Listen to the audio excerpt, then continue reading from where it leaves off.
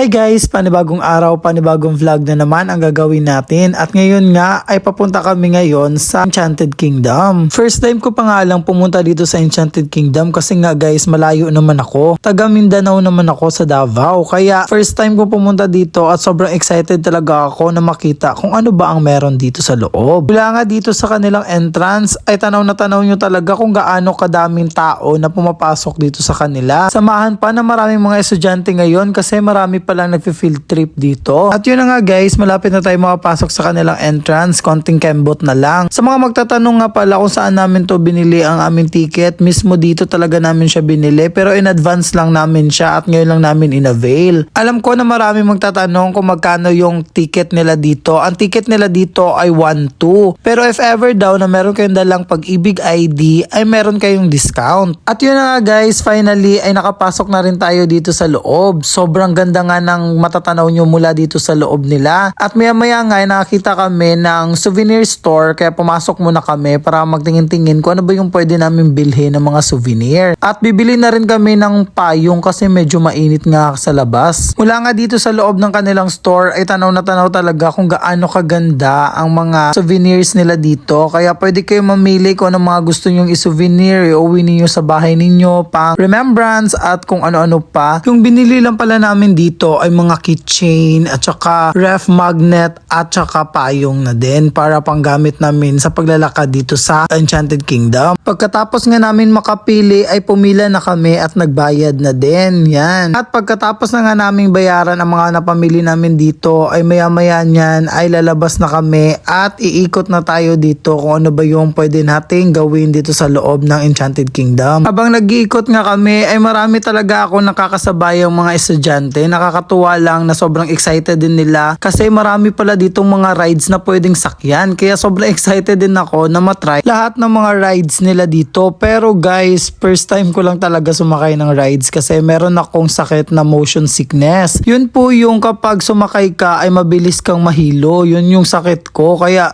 titatry ko yung best ko na hindi ako sumuka dito sa pagra-rides namin kasi nagtitingin-tingin kami kung ano ba yung kaya ko lang nasakyan. At yun na nga guys, nakakita na kami ng first ride na sasakyan namin, itong Up, Up and Away. Kasi parang feeling ko talaga kaya ko lang to kasi medyo mahina lang naman ang pag-ikot nito. Pero hindi lang ako sure na hindi ako mahihilo dito kasi nga guys, umiikot to at saka nagmo-move yung paligid ko. Pero I tried my best na itatry ko talaga yung makakaya ko para enjoy ko tong pag-i-EK namin kasi medyo mahal-mahal pa naman yung bayad dito. At yun na nga guys, pagpasakay pa lang namin niloloko-loko na ako nitong dalawa kong kasama kasi baka daw sumuka ako. Pero sabi ko naman sa kanila, okay lang yun, itatry ko basta nag-enjoy ako. Yan. Video muna kami habang hindi pa umaandar pero kinakabahan ako dyan guys kasi hindi ko alam kung gaano ba siya kalakas sa pag-ikot nito kasi nga di pa nga ako nakakasakay nito, first time ko pa kaya laban lang.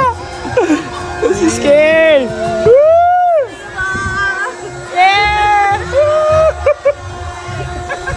Bago kayo ha? First time! Wait. Sige!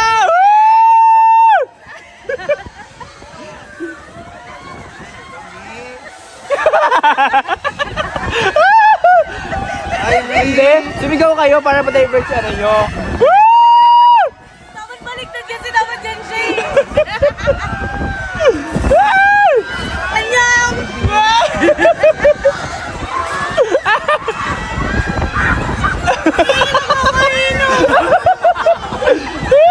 Umiikot yung mundo ko.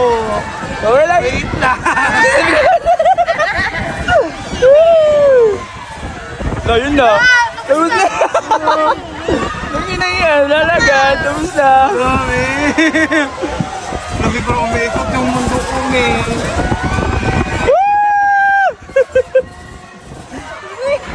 Kaya ni Job.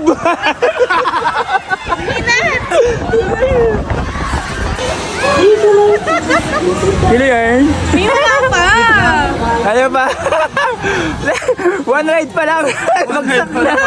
Ayaw na ako sa second ride na. Bagsak na. One ride pa lang. One ride pa lang bagsak na agad. Kaya ba? Kaya. Kaya pa! Kaya pa. Marami pang rides. At yun na nga guys, natapos na kami sa aming first ride. Sobrang ganda ng experience. Medyo nahilo ako ng very slight pero okay lang naman, kayang-kaya ko pa. At yun na nga guys, nandito tayo sa isang parte ng EK na sobrang ganda. Tignan nyo naman, parang mga castle yung mga makikita mo dito. At pwede ka mag-picture dito, mag-video. At nandyan din si Elder the Wizard, pwede kayo magpa-picture. At habang naglalakad nga kami, ay papunta na kami dito sa other side ng EK, which is itong Jungle Outpost. Dito na naman tayo mag-iikot-ikot kung ano ba ang meron dito. Kaya guys, kung gusto nyo malaman, bear with me para makita natin kung ano ba ang meron dito. Sa unang bahagi nga na pagpasok nyo dito ay makikita nyo na agad yung mga restaurant, mapupunong mga lugar, at saka meron din silang mga souvenir store dito. At meron din mga ibang mga palaruan din na need nyong magbayad kasi hindi siya kasali sa binayaran natin. Kasi ang binayaran natin is mga rides lang. Yung mga iba kasi dito may mga prizes kapag naglaro ka. Kaya sulit na sulit din. At the same time din naman is mag-i-enjoy ka talaga sa mga palaro nila dito. Sobrang dami nga ang pwede nyo ma-experience dito. Kayo na lang talaga ang mamimili kung ano ba yung mga gusto nyong laruin dito. Then maya-maya nga naghanap na kami ng another na naman na pwede naming sakyan na rides. At sinasabi nila ito daw space shuttle yung sasakyan namin. Sabi ko hindi ko kaya ang ganito. Parang hanggang tingin muna ako nito kasi parang enough na sa akin na manood na lang dyan. At yun na nga guys, naghanap kami at nakita namin tong Anchors Away. Sabi nila kaya ko lang daw, hindi daw to masyadong nakakahilo at naniniwala naman ako sa kanila kaya trinay ko. Gustong gusto ko na talaga mag-back out dyan kasi kumakabog talaga na mabilis yung dibdib ko. Hindi ko talaga sure kung kakayanin ko talaga to kasi marami kasing sumisigaw habang pinapanood ko pa nga lang yan. Parang gusto ko talaga ma-experience lahat ng mga rides kaso yung katawan ko talaga ang ayaw. Sinasabi ng utak ko na kaya ko naman pero yun, yung katawan ko talaga ang hindi kaya guys.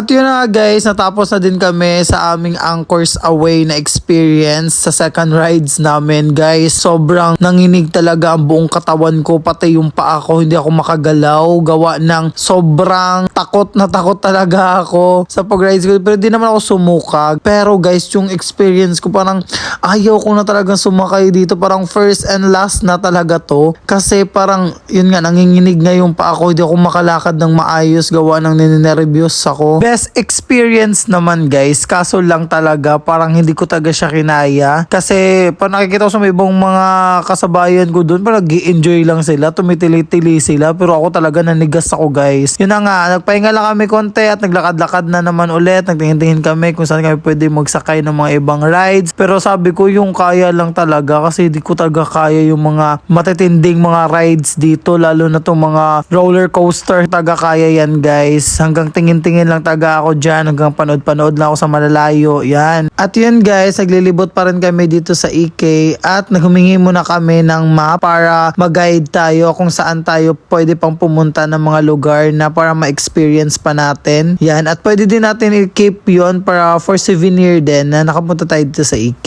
yan. Then, habang naglalakad kami, nakita namin tong carousel, sabi ko sa partner ko na magka-carousel muna tayo kasi parang hindi ko kaya yung ibang rides nila dito, parang buhay yung mga ibang rides nila. At pumayag naman silang lahat na magka-carousel muna kaya sobrang nag-enjoy ako kasi sobrang nag-enjoy yung mga bata na sumasakay dyan sa carousel. Yan, pumipila kami kasi maikli lang ang pila dito. Di ka guys sa mga ibang rides pala guys, take note po. Sobrang haba ng mga pila nila doon pero nakakasakay ka naman kaso lang sobrang haba nga, pipila ka talaga kahit mga 20 minutes or 30 minutes yata yung pila mo para makasakay ka sa mga rides na gusto mong sakyan. Pero guys, kung ayaw ngayon yung pumila, meron namang ma-avail na express. Pwede kayong mag-avail nun para hindi na kayo pumila sa mga rides na gusto ninyong sakyan. Be.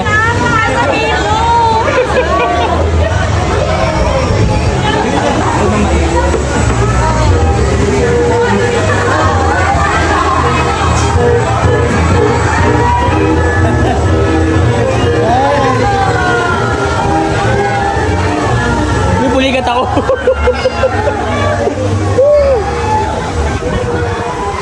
Ah.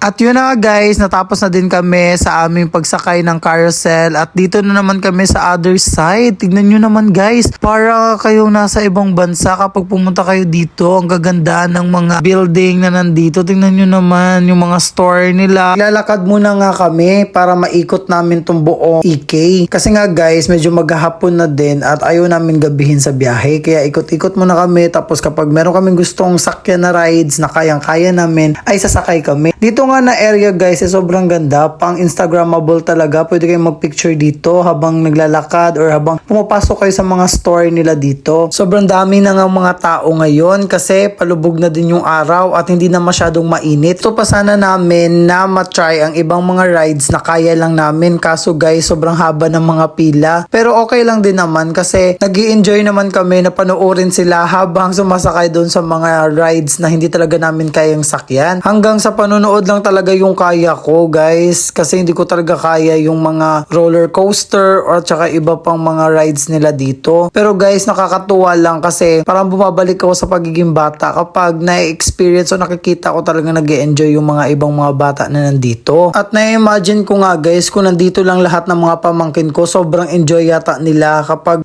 na-experience nila tong EK. Kaso sobrang layo nila kasi nasa Davao sila. Pero I hope naman na sana sa susunod ay masama ko sila dito at makapag-enjoy na kasama ko. Sa ngayon, panoorin nyo muna yung video ni Tito habang umiikot dito. At yun na nga guys, sobrang saya ko kasi na-experience ko tong EK. Nakapag-vlog tour ako dito, nakapasok na talaga ako. Then, sobrang dami talagang rides dito. Kaya sa mga gusto pumunta dito, punta na kayo. Then, yun, sobrang fun, sobrang enjoy ng mga kabataan. Kaso ako guys, hindi ako masyado nag-enjoy. Gawa ng mahiluhin tayo for today's video. Pero laban pa rin. Sa mga hindi mahiluhin dyan, kayang-kaya nyo lahat ng mga rides na to. Kapit lang. Mabuti para hindi kayo mahulog. Yan. At maya-maya nga ay uuwi na kami kasi palubog na yung araw at gagabihin tayo. Sa mga hindi pa nakakapag-follow sa akin, please follow me sa aking Facebook page. Follow nyo po ako guys for more videos. And guys, thank you so much sa lahat-lahat ng mga sumusuporta sa akin. Don't forget to like, share, and comment guys. And dito ko na lang po yung aking video. Thank you so much for watching. Bye-bye guys.